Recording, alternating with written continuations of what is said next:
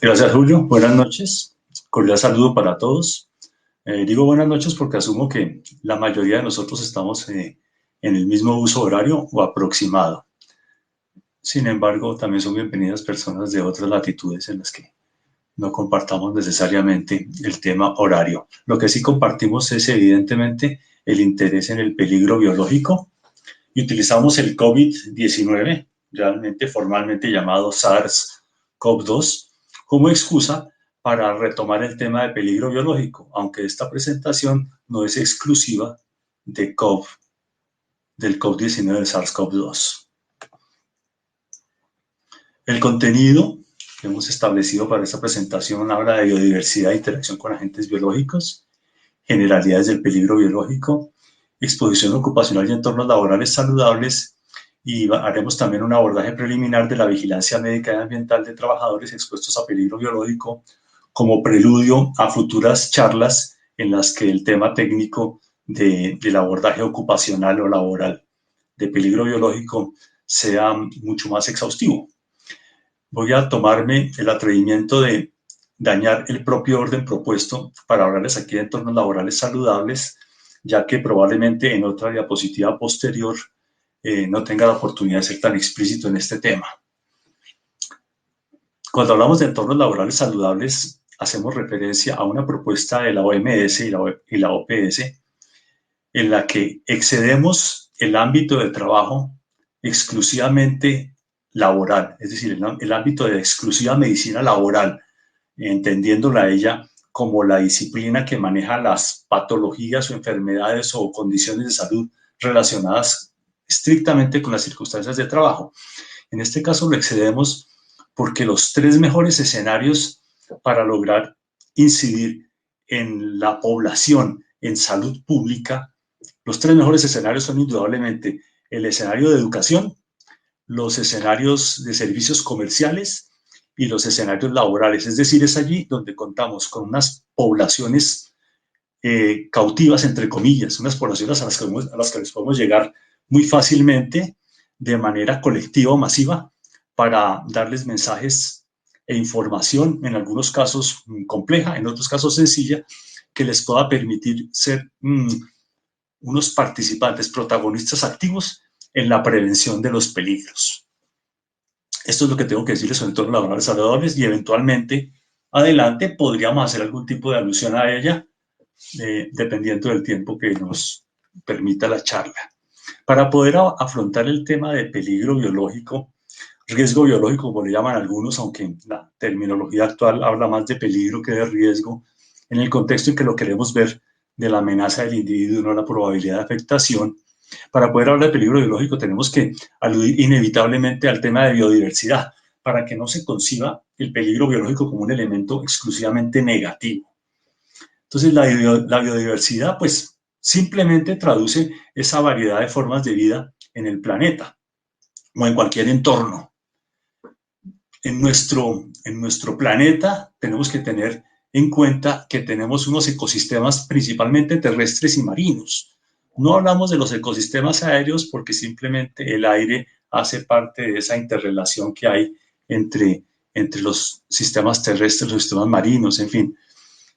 De manera que principalmente hacemos alusión a los ecosistemas solamente terrestres y los marinos, entendiendo que la superficie terrestre es en su mayoría acuática, más del 70% es acuática, de manera que la interrelación de los seres humanos con el medio acuático es bastante pobre a pesar de esa gran extensión y de hecho todas las amenazas, los peligros, los contactos que tenemos con los excúsenme, con los ecosistemas marinos generalmente terminan en desenlaces mucho más negativos que aquellos que se producen cuando interactuamos con las variedades biológicas que están en los ecosistemas terrestres, porque no son unos medios absolutamente desconocidos, los medios acuáticos.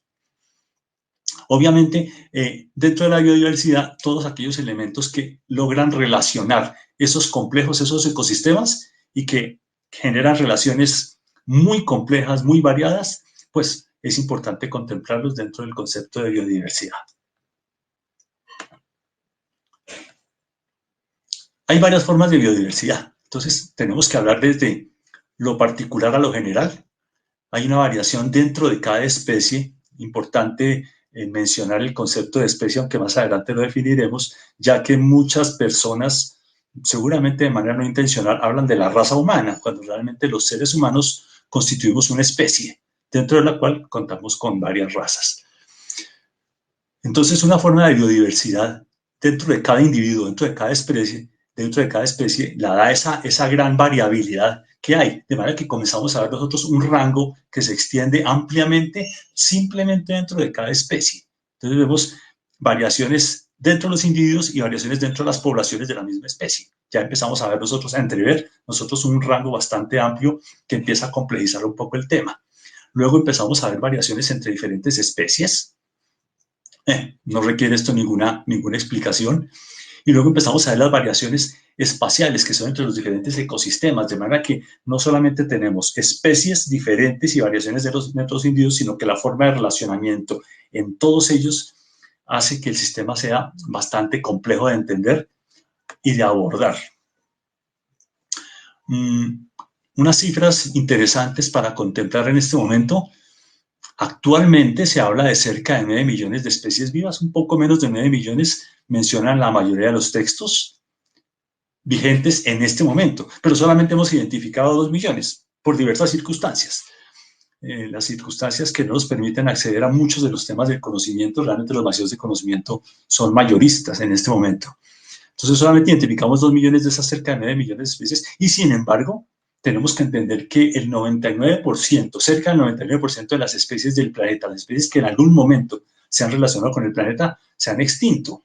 De manera que si contemplamos todas estas cifras, podemos ver nosotros que la variabilidad dinámica, la biodiversidad, es muy dinámica. La variabilidad tiene un dinamismo tan grande que se impone la necesidad de estar estudiando permanentemente este tema. Obviamente está a cargo de especialistas, sin embargo, ellos y mucho menos los que no tenemos que ver con esta disciplina, pues estamos muy lejos del conocimiento siquiera cercano al de varias de estas especies. Y esto hace que el peligro biológico nos pueda sorprender de manera, pues, de una manera tal como la estamos viviendo, entre otras.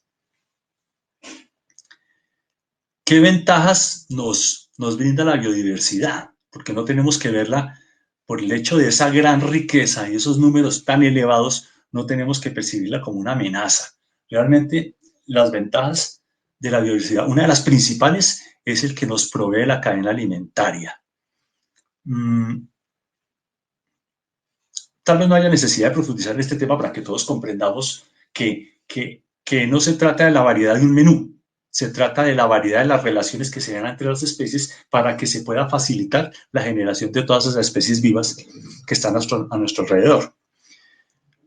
Ligado a este tema de la cadena alimentaria está la importante regulación de aspectos ambientales.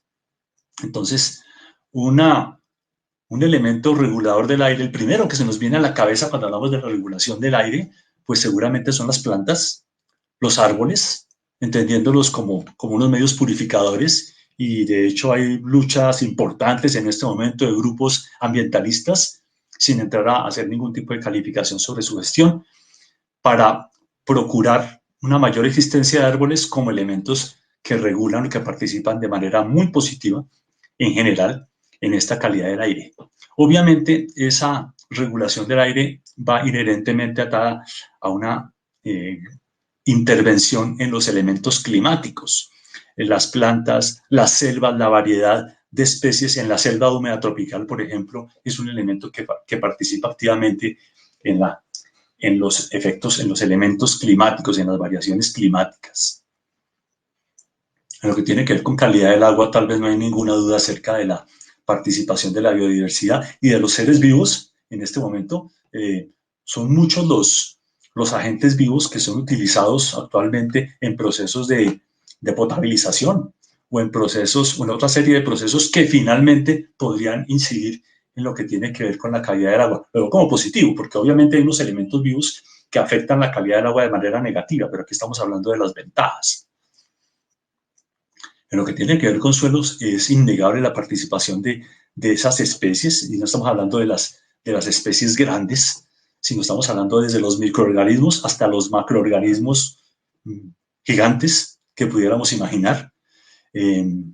En nuestro medio, en Colombia, escúsenme que aluda exclusivamente a Colombia en este momento, sin pretender ser excluyente, seguramente en otros países también cuentan con una variedad de árbol. Un ejemplo que se me viene a la cabeza, el eucalipto. El eucalipto en nuestro medio es utilizado, las hojas y algunas infusiones preparadas a partir de las hojas son utilizadas como antiséptico para enfermedades respiratorias. Esa es una propiedad de ese eucalipto. Pero en los suelos donde se cultiva el eucalipto, esa propiedad antiséptica ha afectado el crecimiento de bacterias, ha afectado la cadena de nitrógeno y entonces son suelos que se ven, por lo menos a mediano y corto plazo, muy negativamente afectados para dar lugar a otras especies vegetales. Aunque este comentario tiene una connotación negativa, es importante entenderlo desde el punto de vista de la participación de las diversas especies en toda esa cadena compleja, la interrelación de ecosistemas, para poder dar lugar a suelos que en muchísimos casos se tornan fértiles e innegablemente tienen que ver con nuestro sustento. Y cuando hablo de nuestro sustento, estoy hablando del sustento de toda esa gran biodiversidad, no solamente de la especie humana. Lo que tiene que ver con alimentos, pues obviamente la biodiversidad es fundamental. Entonces son muchas las especies que participan en los fenómenos de polinización. Rápidamente, seguramente pensamos en las abejas, y cuando se les percibe a las abejas como una especie amenazante en diversas circunstancias productivas o en diversas condiciones de vida, pues el atacar a esa especie ha dado lugar a efectos negativos en la polinización de muchas plantas. Probablemente también se nos viene a la cabeza el tema de los murciélagos, que están siendo tan negativamente vistos en este momento por su asociación con el COVID. E indudablemente la inmensa mayoría de murciélagos, con el riesgo de equivocarme, tal vez más del 90% de los murciélagos son vegetarianos. No son hematófagos, no consumen sangre, viven de los vegetales, consumen vegetales y además son los participantes activos en la polinización, en la fecundización de las plantas. De manera que tenemos que ser muy, muy conscientes de esta participación en el equilibrio. Son muchas las especies que, aunque percibimos en algunas circunstancias como amenazantes, no lo son y son muy generadoras importantes del equilibrio. Las serpientes. Incluso hay especies que han participado también de manera muy negativa en desequilibrios en algunos ecosistemas particulares. Hacia los años 80 del siglo pasado en Colombia, la cosecha algodonera requirió el control de malezas contra ese algodón y trajeron, creo que de África, una especie de sapos gigantes para controlar malezas. Estos sapos fueron muy eficientes controlando las malezas, pero también lograron crecer de una manera inusitada y hay una cantidad de individuos. La población de sapos es bastante grande y en algunas áreas del país creo que se han constituido algún problema biológico, pero fueron eficientes en el aspecto que se les encomendó inicialmente, que fue el tema del control de plagas.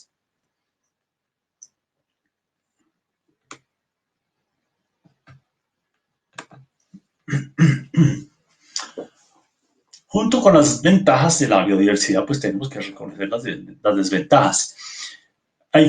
Para devolverme un poco, hay que reconocer que una ventaja de la biodiversidad es que nos impone retos a nuestro sistema inmunológico.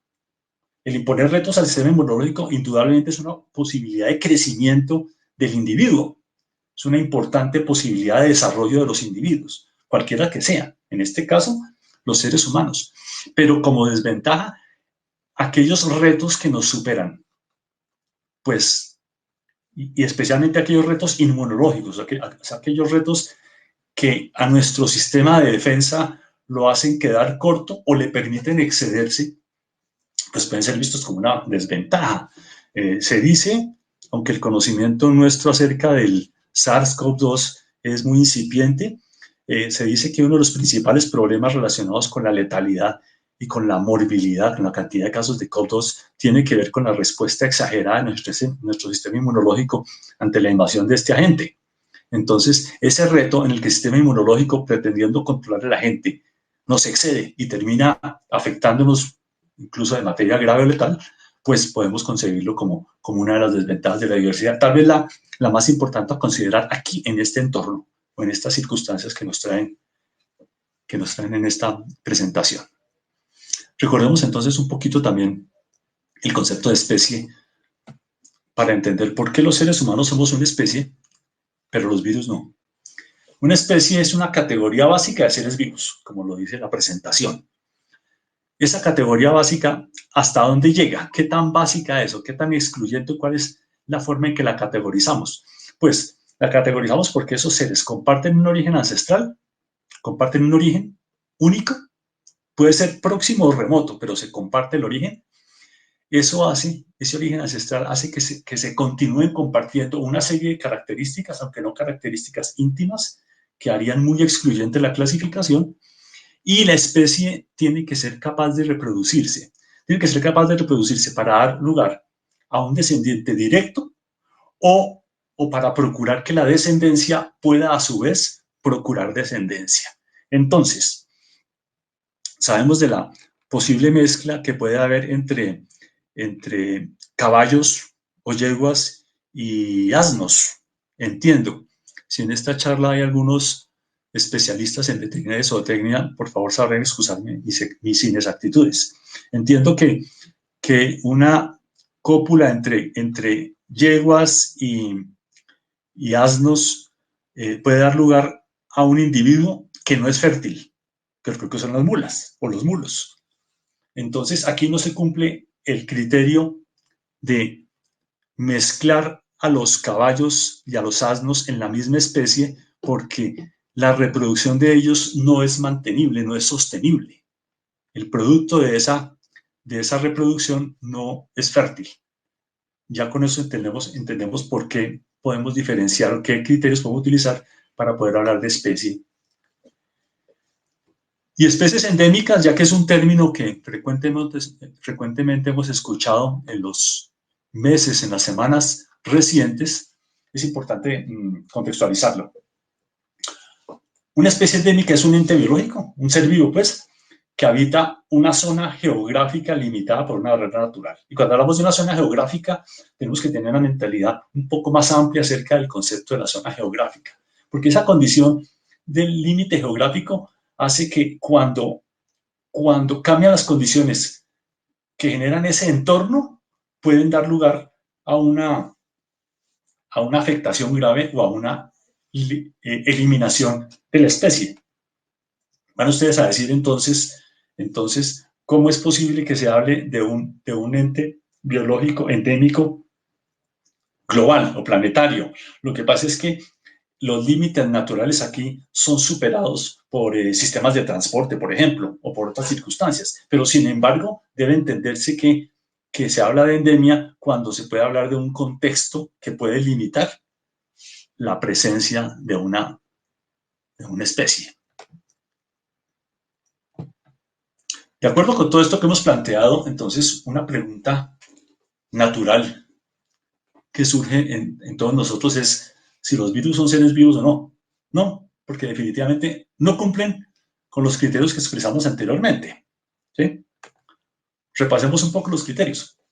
Entonces, los virus no están compuestos por células completas, son fracciones de células. Por no estar compuestos por células completas, no tienen un sistema metabólico propio, es decir, no tienen cómo nutrirse ni cómo generar productos de manera autónoma. Tampoco son autónomos en su reproducción.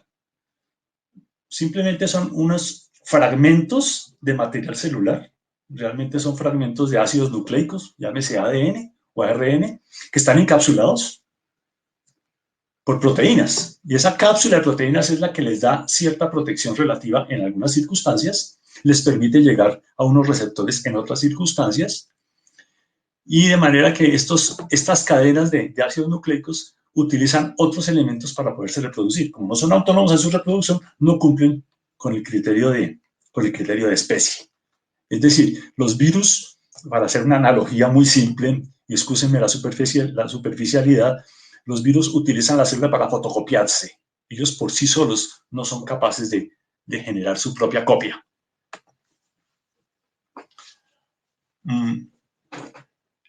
Entonces, ya habiendo entendido esos conceptos biológicos básicos, hablemos de lo que es el peligro biológico. Pues hablamos de un peligro biológico como todo aquel que es generado por un organismo o una sustancia que se deriva de ese organismo. y generado, ¿por qué? Porque ese organismo, esa sustancia puede dar lugar a uno o varios de tres eventos. La infección. La infección es producto de la reproducción de ese organismo o de la sustancia, si pudiéramos entender la sustancia no solamente en términos de un elemento líquido inanimado. Les decía que los virus logran reproducirse a expensas de células que trabajan para ellos. Entonces, esa infección viral es producto de esa reproducción, así no sea autónoma, pero sí la replicación de esos virus, que es la que logra hacer las manifestaciones clínicas adversas en los huéspedes. Intoxicación, cuando muchos de los agentes biológicos no son capaces de reproducirse en el huésped o se reproducen a una velocidad muy inferior a la que generan las secreciones tóxicas. Muchas intoxicaciones alimentarias no se dan por la proliferación de los agentes vivos que consumimos en los alimentos o en los líquidos que ingerimos, sino por las sustancias que esos agentes son capaces de secretar, estafilotoxinas, en fin, son enterotoxinas, que son las que generan la reacción tóxica. Y en algunos casos, la respuesta inmunológica que da lugar como contacto con esos seres vivos o con las sustancias que ellos secretan. Entonces, una muerte o una seria afectación de salud por contacto con abejas africanizadas no se da por la proliferación de las abejas alrededor del individuo, sino se da en algunos casos porque tengan ellas un componente tóxico que inyecta el individuo, pero en muchísimos casos por la fuerte reacción inmunológica, una reacción inmunológica que es súbita, inmediata, excesiva, en fin, y esa reacción inmunológica es la que da lugar a las fallas en el huésped.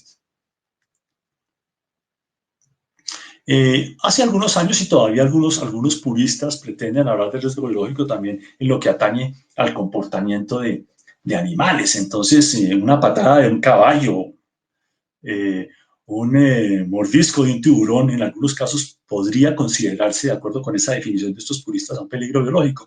Pero generalmente los dejamos en otros campos, en el campo mecánico, en fin, aunque sí son relacionados indudablemente con el comportamiento de los individuos, con su instinto de conservación, con su dominio de áreas, con su concepto que tengan de dominio de áreas, pero aquí en este caso vamos a ceñirnos exclusivamente a estos que les he expresado en esta imagen. Obviamente tenemos que volver a la historia. Quien desconoce la historia corre el riesgo de repetirla, de manera que tenemos que reconocer la participación del peligro biológico en la historia. Y indudablemente, pues, los agentes biológicos y el peligro que se genera por su interrelación hace parte de la historia de todo el planeta, desde sus inicios. Tal vez en la historia cristiana, en la historia judeocristiana, figura un registro en el libro del Éxodo, para quienes han tenido oportunidad de consultar este tipo de libros, y hay algunos textos científicos serios que dicen que estas referencias son históricas ciertas. Se habla del libro del Éxodo de Moisés y las 7 o las 10 plagas de Egipto, según el contexto en que las mencione. Esta plaga, muy antigua, desconocida para nosotros, es el anthrax del carbunco. Y digo desconocido para nosotros de manera irónica, porque hablando de una historia de hace más de 3.000 años, sin embargo, el anthrax del carbunco siguen siendo vigentes como elementos de riesgo. En su momento, en esta historia, pues la afectación que se dio a la especie humana fue indirecta. Simplemente el anthrax del carbunco acabó con la población de ganado bovino que alimentaba a los seres humanos en ese momento, y pues los israelitas ante esa pérdida de ganado pues tuvieron un problema de inanición, de hambre, y se minó la población humana seriamente por ese efecto. Por eso fue un efecto biológico indirecto. Actualmente el anthrax del carbunco es usado para lograr efectos directos tóxicos en muchos individuos, y es un agente de bioterrorismo ampliamente usado. ¿No recuerdan ustedes? Muy de moda en la historia del año 2001, cuando las Torres Gemelas.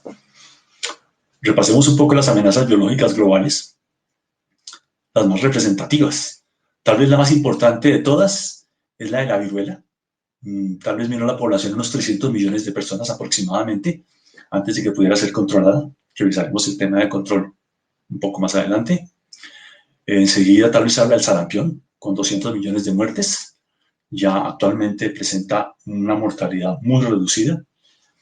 La fiebre española, todos la conocemos, la del 1918.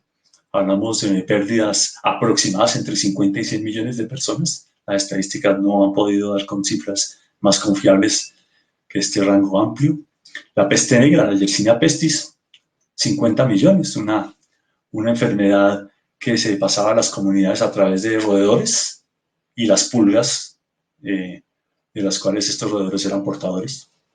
El VIH, la pandemia del siglo XXI o la pandemia del siglo XX, hasta que la desplazaron estos agentes nuevos. La mortalidad del VIH es del 80% cuando no se hace tratamiento. Las cifras seguramente están siendo seriamente modificadas actualmente, pero a expensas del tratamiento y a expensas de la prevención, no en las poblaciones que no se hacen ningún tratamiento. Otros agentes un poco menos relevantes, pues el agente de SARS 2002, que también es una enfermedad también asociada con un coronavirus, una variedad diferente a la del COV2. Se le atribuyen 800 muertes en su momento y sin embargo es una amenaza pandémica. La influenza tiene una estadística bastante lamentable, 14.000 muertes por año, desde hace bastantes años. La influenza es un agente que está presente en nosotros, una variedad de virus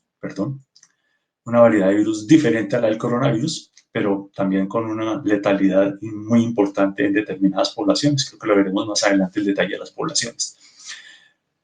Otro peligro biológico, diferente a los que he enumerado, la mordedura de serpiente.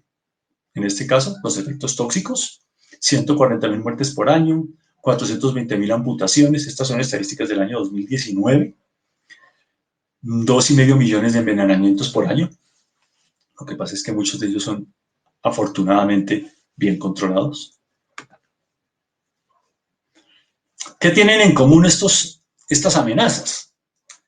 Estas circunstancias desafortunadas relacionadas con peligro biológico, la mayoría de ellas se relacionaron con transmisiones aéreas. Entonces hablamos de la viruela, hablamos del sarampión, hablamos de la influenza. Otras se generaron a través de otras vías, pero la transmisión aérea juega un papel muy importante en la proliferación de estos agentes.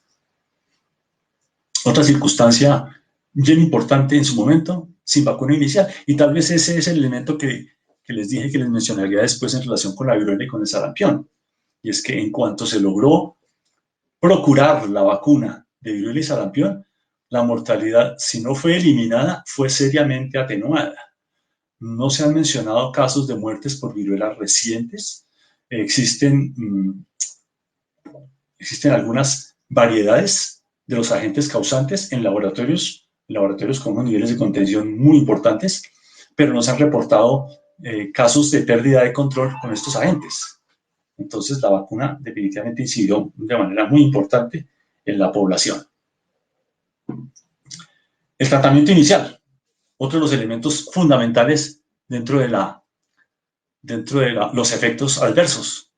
Cuando se lograron tratamientos adecuados para estas patologías, se logró impactar definitivamente de manera dramática el peligro. Y por esta razón, la nota relacionada con el VIH, porque el VIH sigue siendo una patología de una letalidad importante cuando no se le procura tratamiento. Las otras patologías fueron de una letalidad bien importante antes de conocerse el tratamiento de ellas. Después de conocido su tratamiento, la letalidad se modificó de manera muy importante. El caso del anthrax es un caso importante porque el anthrax estuvo 2.000 y pico de años en la faz de la Tierra, conocido como una amenaza para el ganado, pero fue una amenaza que se tomó como alarmada, eventualmente producía algunos problemas de salud, problemas afortunadamente superficiales, el famoso carbunco, problemas muy localizados.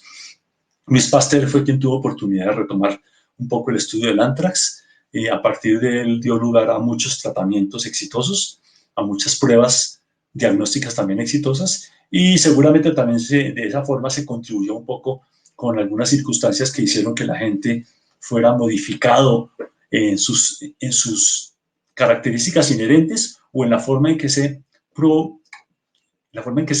promueve o se comunica a la población para que tenga esas características que lo hacen ser un agente de bioterrorismo muy importante. La incidencia obviamente ha sido notablemente modificada por la vacuna. Entonces, si ustedes revisan estos elementos, hay muchos de ellos que coinciden de manera tal vez afortunada, si lo podemos ver como oportunidades, con las circunstancias actuales relacionadas con el SARS-CoV-2.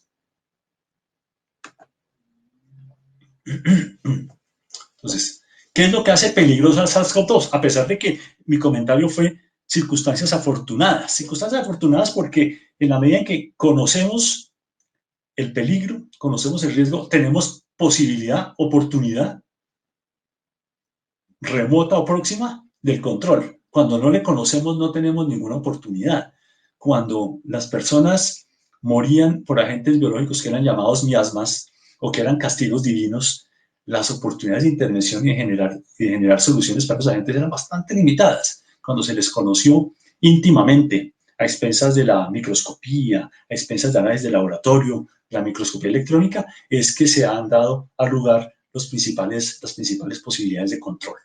Entonces, ¿qué vemos en común del SARS-CoV-2 con las circunstancias anteriores generadoras de otros desenlaces desastrosos biológicos? La vía de transmisión. La vía de transmisión del SARS-CoV-2 es aérea. Se promulga actualmente, no con mucha exactitud, no muy difundida. Se habla de la posibilidad de que sea un agente también de transmisión alimentaria. No puedo juzgar esos estudios que lo promueven, simplemente han sido unos hallazgos, a mi juicio, casuales y no tengo forma de confirmarlos o de descartarlos. Sobre el tema de la vacuna, ¿qué tenemos? Pues que no existe una vacuna para el SARS-CoV-2, si no, no estaríamos encerrados. Pero sí hay trabajos importantes, interesantes, muchísimos grupos están trabajando en la vacuna. Las redes sociales en esto son un poco desafortunadas en el sentido de que cada rato sale a colación el nombre de un laboratorio, de un país o de una ciudad con el aviso de descubierta de la vacuna. Realmente hay muchos grupos trabajando en la vacuna, pero es que técnicamente se imponen 4 etapas de investigación clínica en una vacuna para poderla sacar a la luz pública, asegurando que es mejor el beneficio que el riesgo. De manera que estamos lejos. Seguramente hay laboratorios que en este momento están en la etapa de investigación clínica 2, tal vez, no sé si iniciando la 3, no tengo esa información, pero pensaría que de manera optimista tenemos vacunas hacia diciembre o enero del año entrante. Las posibilidades de tenerla antes son reducidas según la información que me llega. No es mi tema especial, no es mi especialidad la que profundiza en estos aspectos. Y el tema de tratamiento del SARS-CoV-2, pues se ha mejorado el tratamiento, los desenlaces exitosos han sido importantes, pero tratamientos de las complicaciones, tratamientos de la patología en sí, pues se están procurando algunos elementos, unos positivos, otros negativos, unos con toques políticos, otros con toques de otro orden, pero desde el punto de vista técnico, pues se ha logrado manejar los cuadros clínicos que se han dado lugar por el SARS-CoV en muchísimas circunstancias afortunadamente favorables. Hoy en día la historia nos dice que los desenlaces exitosos son mucho mayores que los desenlaces sin éxito, de manera que tenemos una muy buena expectativa en este sentido. Seguramente muchos de nosotros hemos tenido que enfrentar el abordaje de los niveles de bioseguridad y nos hablan de un agente que es del nivel 1, del nivel 2, en fin. ¿Qué son los niveles de bioseguridad? Los niveles de bioseguridad es una clasificación que propuso la OMS, no sé si de manera, no sé si ellos son los autores o simplemente los difusores de la clasificación, una clasificación lograda para laboratorios para establecer los criterios en los cuales un elemento debía ser manejado en un laboratorio de acuerdo con su condición, un elemento biológico. Por conveniencia se han extrapolado estos niveles de bioseguridad a otras circunstancias. Entonces se habla de un agente BSL-1, pero realmente BSL simplemente son las iniciales del término anglosajón de nivel de bioseguridad. Y el nivel 1 pues habla de agentes que son de mínimo riesgo. Afortunadamente la inmensa mayoría de los agentes que nos rodean en todo este ambiente biodiverso son del nivel 1. Entonces, los que tenemos en este momento en nuestra piel, en nuestras mucosas, en nuestra ropa, en nuestro tubo digestivo, en nuestro aparato respiratorio, todos esos agentes son de nivel 1. Y simplemente aquí hay una relación de simbiosis afortunada entre todos para que tanto esos agentes como nosotros, como especie mayor, podamos tener una vida adecuada. De hecho, los necesitamos. Los del nivel 2 son aquellos agentes que tienen una posibilidad escasa de propagarse a la comunidad, y aquí el nivel de bioseguridad 2 no habla de los efectos en principio, habla de la capacidad de controlar el agente y qué tantos requisitos de seguridad hay para poder evitar que la gente entre en contacto con la comunidad, que es vulnerable.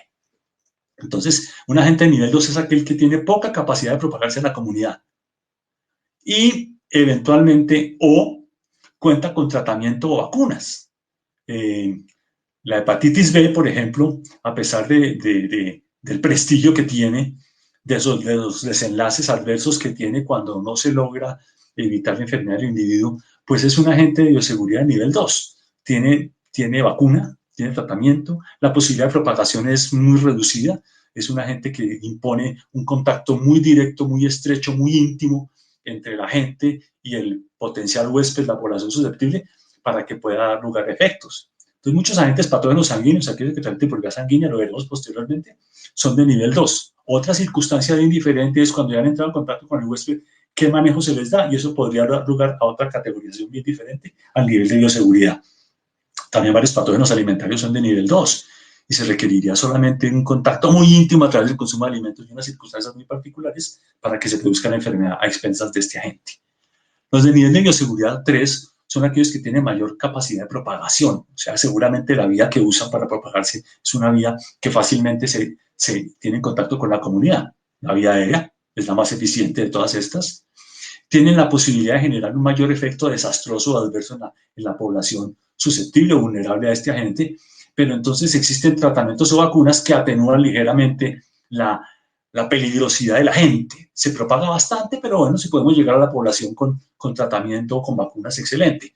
Hay un conflicto en este momento en la clasificación del SARS-CoV-2. Unos lo clasifican en el nivel 3, otros en el nivel 4. Tal vez sea conveniente clasificar en el nivel 3 por las expectativas que tenemos acerca de la gente, por las verdaderas cifras de mortalidad que se producen. No estamos hablando del consumo de los servicios o los requisitos de servicios, sino el consumo perdón, no estamos hablando del consumo, sino de las posibilidades de afectación de los individuos si no se le contiene adecuadamente. Entonces podría estar en el nivel 3 el SARS-CoV-2.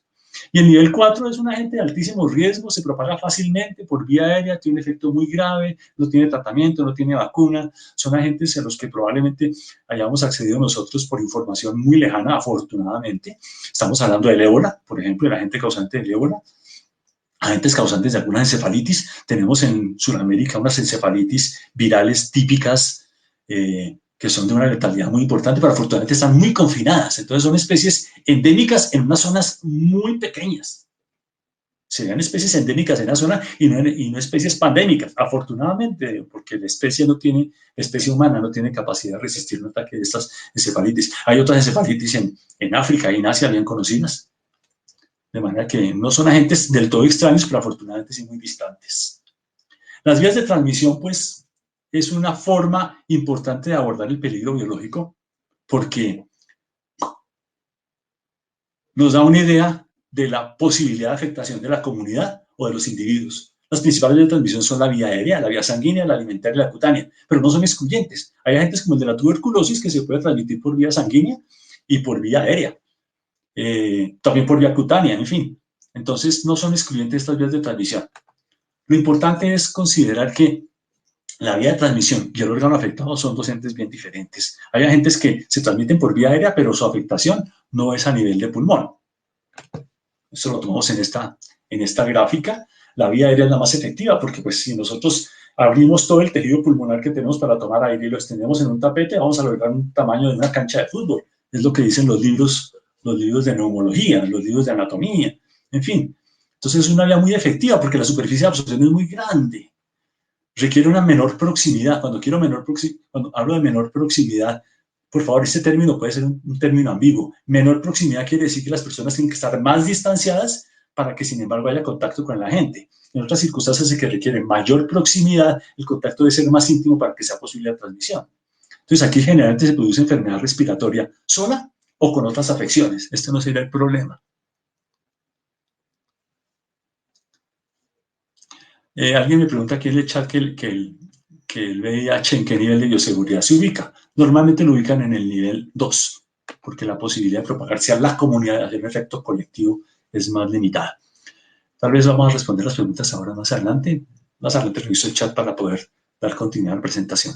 La vía hematológica pues requiere un mecanismo de inoculación, bien sea a través de una transfusión, a través de un agente que penetre la piel o que penetre mucosas y llegue a la vía sanguínea, y a través de la vía sanguínea, como un mecanismo de comunicación muy eficiente, como una ruta muy eficiente, pueda llegar a cualquier órgano y afectarlo. Entonces, pues como se requiere esa absoluta proximidad, la posibilidad de afectación comunitaria es mucho menor, ¿sí? Generalmente produce enfermedades generales, pero no de manera absoluta. Existirán algunas patologías que se transmiten por vía sanguínea y que solamente tienen un efecto muy local en lugar de transmisión. En este momento no se me viene a la cabeza ninguna, pero seguramente con más tiempo para revisarlo vamos a encontrar alguna gente que tenga esas circunstancias. La vía alimentaria tiene una altísima incidencia, pero casualmente para una audiencia que seguramente tiene muchos intereses en el tema ocupacional, con frecuencia no se les reconoce el origen laboral, porque no podemos atar las circunstancias de consumo de alimentos con trabajo. Generalmente, bueno, el estudio epidemiológico, el estudio de vigilancia epidemiológica de enfermedades transmitidas por alimentos, lo que llamamos los betas, a veces es difícil plantear unos límites en los que no es fácil determinar en dónde se consume el alimento, pero probablemente muchas bebidas tomadas de manera irregular, frecuente en el sitio de trabajo, son más responsables de algunas alteraciones intoxicantes alimentarias que muchos elementos de la alimentación formal, desayuno, almuerzo, comida que se toma fuera del ambiente de trabajo. Sin embargo, aquí no vamos a darnos esa discusión. La vía alimentaria es generadora de altísimo ausentismo. De hecho, la vía alimentaria y la aérea son los generadores de mayor ausentismo en las empresas.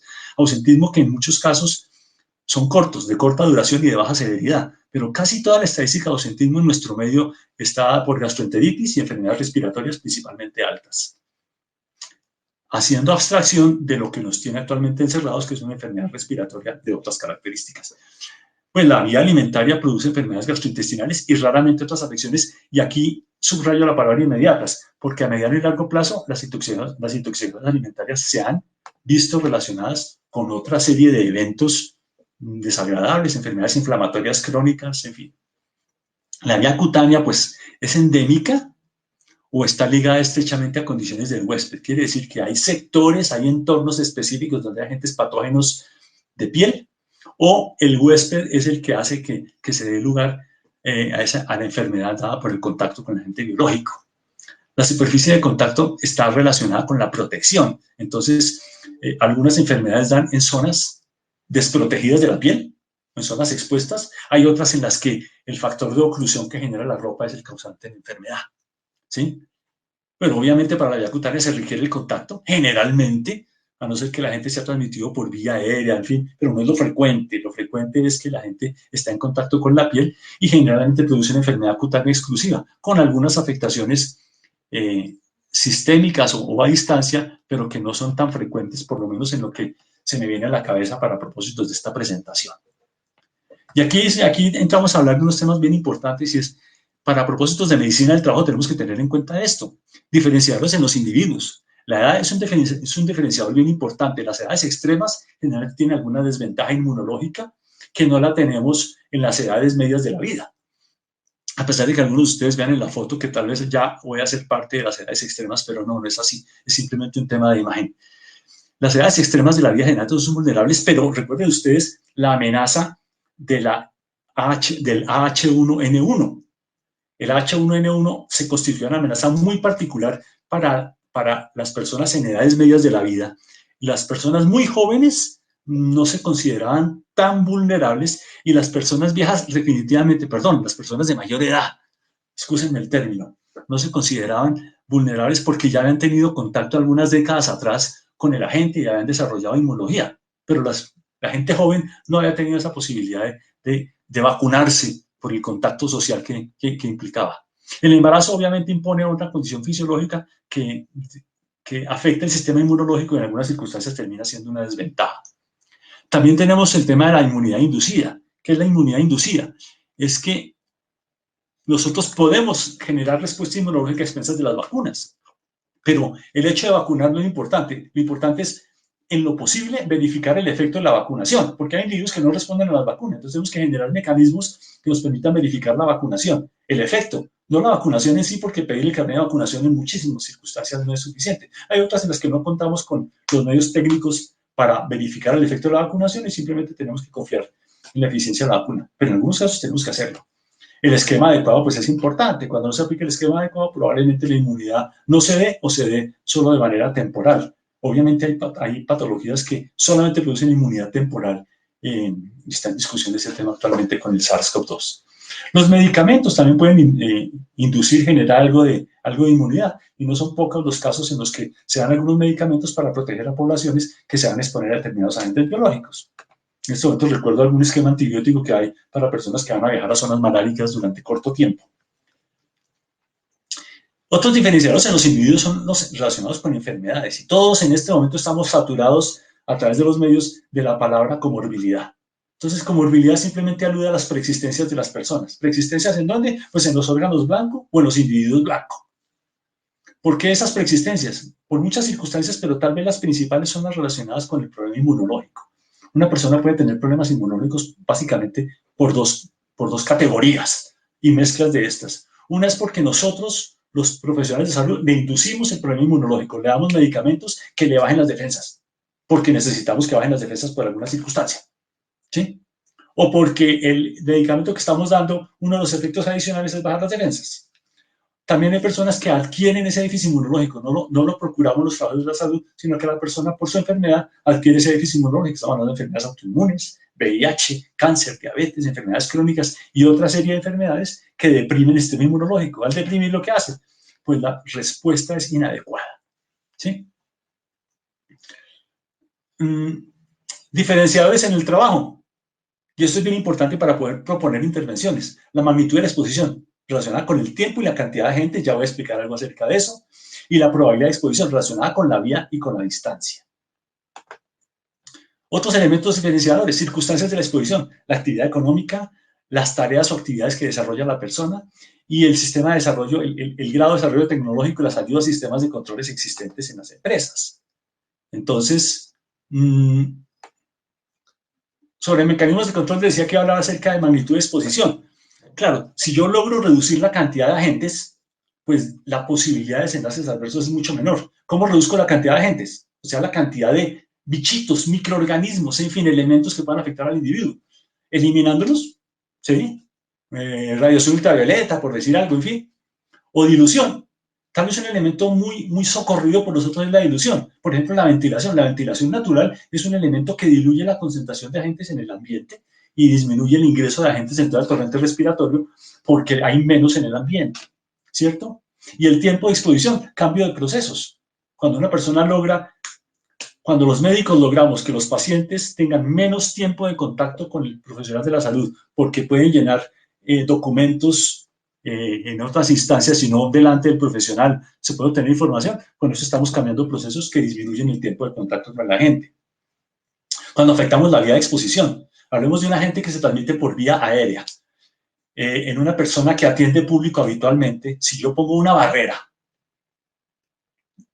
completa entre esa persona que atiende público y el público, pues estoy controlando el contacto con la gente. Entonces, en una empresa de recreación, una sala de cines o en un banco, pongo un vidrio y un micrófono, ya estoy generando una barrera muy eficiente para impedir el contacto con la gente.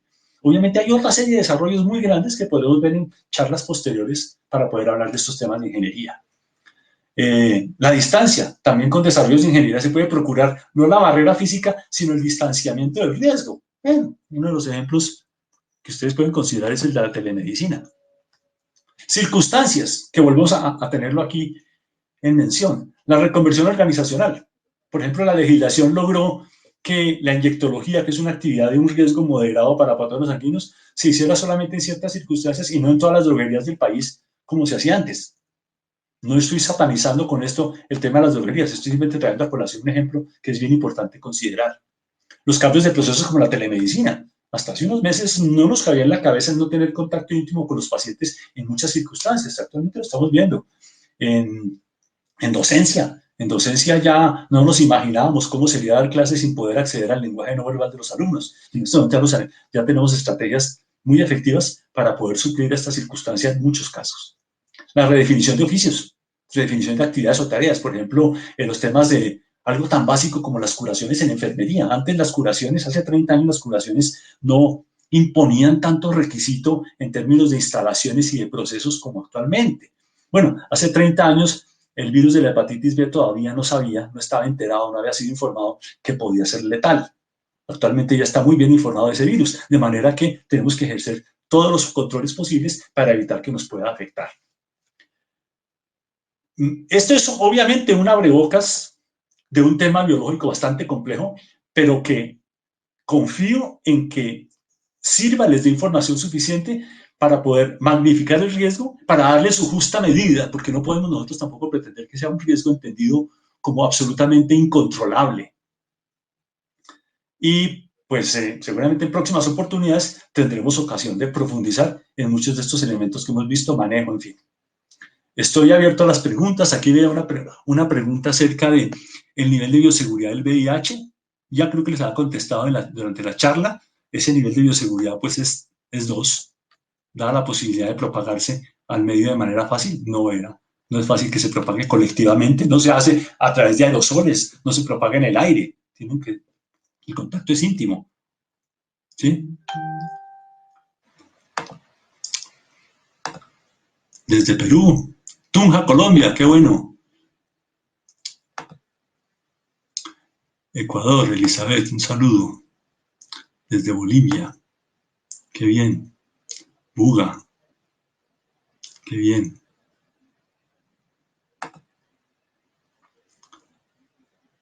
El doctor Ángelo Morán, Santuario Risaralda. No encuentro preguntas aquí en el chat, aparte de la observación que se hizo acerca del VIH. Vamos a ver los nuevos.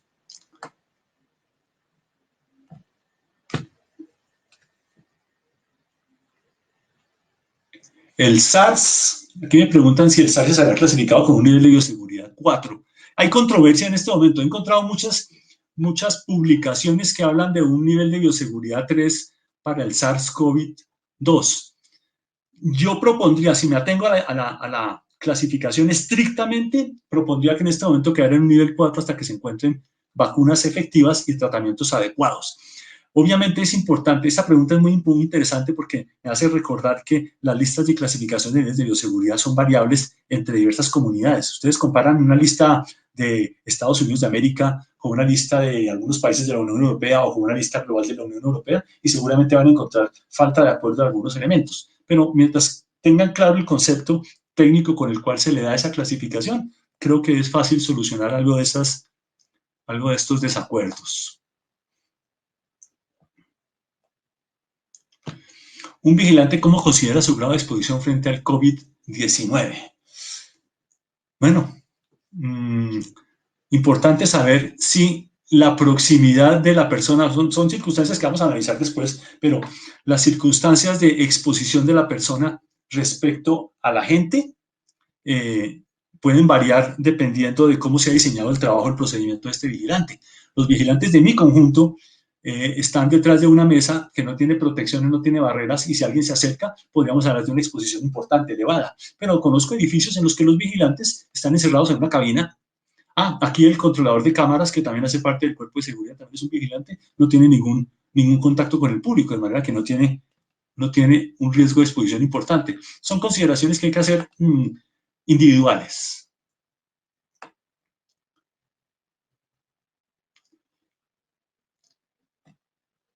¿El confinamiento realmente es un mecanismo de control del SARS-CoV-2? Sí, sí, efectivamente es una medida de control en la medida, excúsenme que sea redundante con la palabra, sí es una medida de control debido a que reduce la posibilidad de contacto comunitario, que como les decía, es uno de los fenómenos que hacen que se clasifique en alto riesgo, y es la propagación por vía aérea. El confinamiento reduce la posibilidad de que los portadores dejen en el ambiente el agente y de que las comunidades tengan contacto con ambientes contaminados. ¿Qué opino respecto al uso continuo del alcohol y Clorox como prevención del COVID-19? Esta pregunta preferiría dejársela a personas que tengan más competencias en estos estudios de microbiología o en estudios de asepsia, antisepsia. En principio, de acuerdo con lo que he leído, el alcohol es eficiente para romper la cápsula del virus, de manera que lo afecta sin ser un ser vivo, pero lo afecta de manera vital, la ruptura de la cápsula, y entonces reduce su posibilidad de ingreso a la célula. Entiendo que ese es el efecto del alcohol, sobre todo alcoholes en altas concentraciones, por encima del 70%.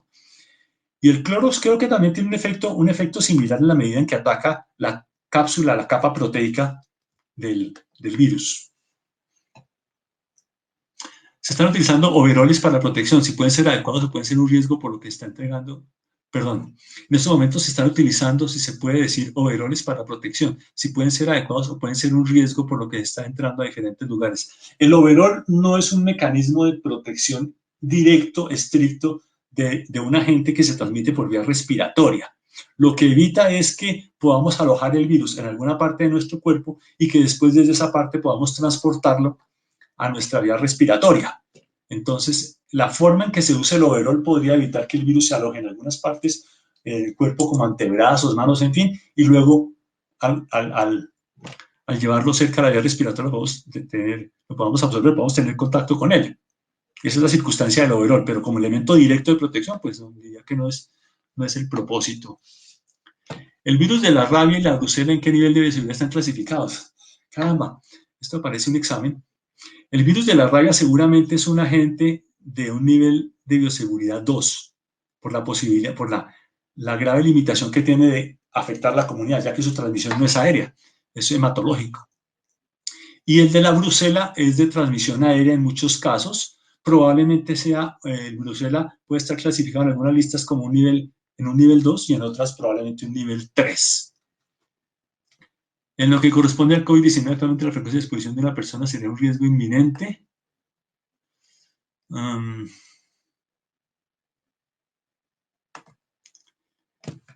En lo que corresponde al COVID-19, la frecuencia de la exposición de una persona sería un riesgo inminente. Es que la pregunta es un poco compleja porque la frecuencia de la exposición, perdón, la exposición es uno de los factores ligados al riesgo, pero la exposición está sujeta a vía, distancia y tiempo. Entonces, una exposición muy frecuente de corto tiempo es de mucho menor riesgo que una exposición muy frecuente con bastante tiempo de duración. Hablemos de la exposición del personal médico, que probablemente es frecuente en consulta médica de sintomáticos, por ejemplo, y además es de larga duración, pero la probable duración de la persona que atiende el área administrativa de un servicio de urgencias puede que sea menor. Es altamente frecuente, pero puede que sea menor. Con esto no quiero decir que no tengan ningún riesgo este tipo de trabajadores de la salud. Tienen bastante riesgo. Pero realmente aquí la calificación de riesgo exige un análisis de cada circunstancia de trabajo. No podríamos hablar del riesgo simplemente inherente al individuo.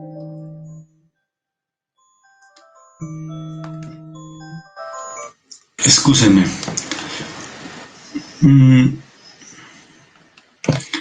¿En un servicio de vacunación se debería vacunar a niños y adultos en consultorios diferentes? Digamos que si las prácticas, las buenas prácticas, el buen proceso, el proceso de vacunación está adecuadamente diseñado, no. Si estamos hablando de un servicio de vacunación de carácter preventivo. Otra cosa es si estamos nosotros proponiendo un sistema de inmunización a poblaciones con alto riesgo de ser portadores de la enfermedad, porque estaríamos nosotros probablemente generando contaminación cruzada. Pero en la mayoría de servicios de vacunación que procuran inmunizar a poblaciones que están en riesgo, pero que no están contaminadas, no, un servicio de vacunación perfectamente puede funcionar para todas las personas en el mismo sitio.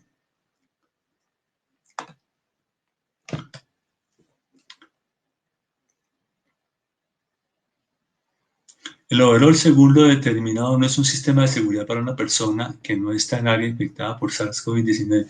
No entiendo realmente mucho la afirmación.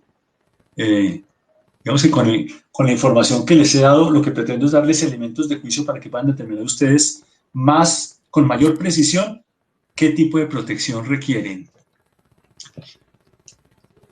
Denise, soy médico y la exposición a la que estamos expuestos los médicos en consulta externa al COVID-19 es grande. Sin embargo, no sé hasta qué punto el uso de trajes de bioseguridad... Excusen, me perdí el resto de la pregunta.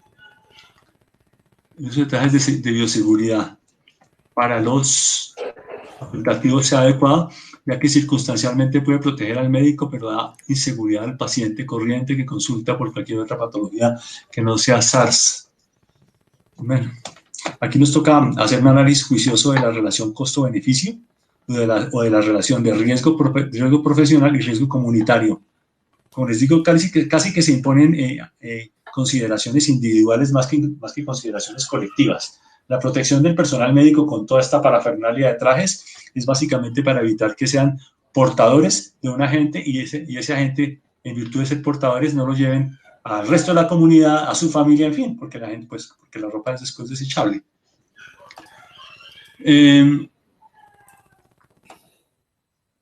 A ustedes, muchísimas gracias por participar a todos. Espero haber podido responder adecuadamente las preguntas.